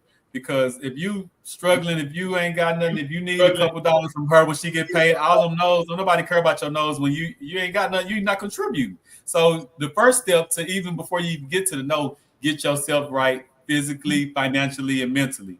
Then you worry about who you can tell no's to. You know, get yourself together first before you even get to the part of the no part. You know, the no's are easier when you're together. What you got, Cavi? I mean, I'm definitely agree with what Brother Tony said. You know, get yourself together before you start trying to, say these no's to your wife or your significant others, because at the end of the day, like you said, if you're asking her every second by the second, hey, can I get $20 here? Can I get $50 here? At this point, she's gonna start looking at you like a child. Like, dude, I mean, you're supposed to be the provider here. I understand that we're supposed to provide both together, but at the end of the day, like you said, get yourself together, mentally, physically, financially, everything, and it'll come easier, and like Antoine said, because we're married, we've been together for a long time, we know each other. Most of the time, you don't have to say no. They're going to know by, how you're kind of walking around the house. Hey, what's wrong? And then once you say what's wrong, okay, you can have the dialogue, you can have the conversation, and you can get things accomplished that way. So, yeah, man, I mean, at the end of the day, like Tony said, just before you start saying no, just make sure that you are able to lead your woman in a certain way before you start saying that. Oh, shit. I'm going to piggyback off what Tony and Cavi just said. I believe that in a relationship, if you've had that conversation with your significant other, and I'm talking, she's really your significant other. She's got a ring and the marriage is set, or you're in a marriage. I believe that you don't even need to have that conversation with her about yes and no. I believe she's going to know her place as a woman. You know your place as a man, and she's going to know what you're going to say no to, and then she's going to know what to have a discussion with. Now, that's about that no. Secondly, I do believe men need to put themselves in a position of the leading role, meaning you got your finances up, you look good, you smell good, you're taking care of yourself, you're able, and you can afford what you can get. Meaning if she's a dime, you can afford a dime. Okay? And men need to put themselves in the position for the type of woman they qualify for. And just like women need to be in the position for the type of men they want. Okay? Men have to qualify, women have to be in position to say what they want. That's how I see it. Right? Mm-hmm. And I think that saying no to a woman is not a bad thing. But you don't have to say no because it's going to be a discussion on why. And there's going to be context behind it. But you should be man enough to say no. It shouldn't be a oh well, baby. No is no, and she should understand that. That's main thing. Men have to put themselves in the position and be the best version of themselves, as they say, to be able to tell her that. But like again, I believe that if you're in a solid relationship, you both know each other, you don't even need to say it. And she don't need to be submissive because you guys are in that relationship that she knows what her role is. I like it. Let me highlight a question real quick, and I'm gonna answer with another tool that I put together. So check this out. It says quick questions. How do we create more masculine men in each household across the board? And it's about. All right. This book is called Accountable Masculinity, which is the same as my platform, even though it says Accountable Masculinity University. That's what it stands for. And it is centered on 5 principles. 5 principles that I believe men should have about themselves, in order to be useful. So I wanted to read out of the book a little bit, so you can go find it on Amazon. It's in my TikTok store. It's all over the place. So if you see the V's, I'm the person that it's associated with. And I want to read to you guys out of the book about rules 1 through 5 and what it's meant to instill. And we can discuss it if you want to. If you've got any questions, I'll be here to answer them. So the first principle. Okay. That is where we at, so everything we're saying is being documented, it's being put together, it's being highlighted, and it's time to produce a product.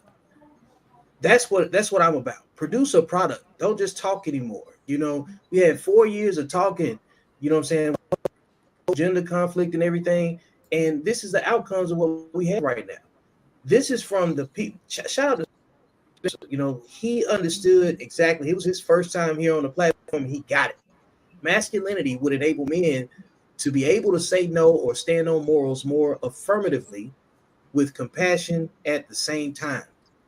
So masculinity doesn't exist without compassion and empathy. It's about discipline and it's about tact. It's about being a professional, So that's what this channel is about. Everybody that's watching, glad y'all tuned in. Go to the YouTube channel and follow Accountable Masculinity University. Go get the book.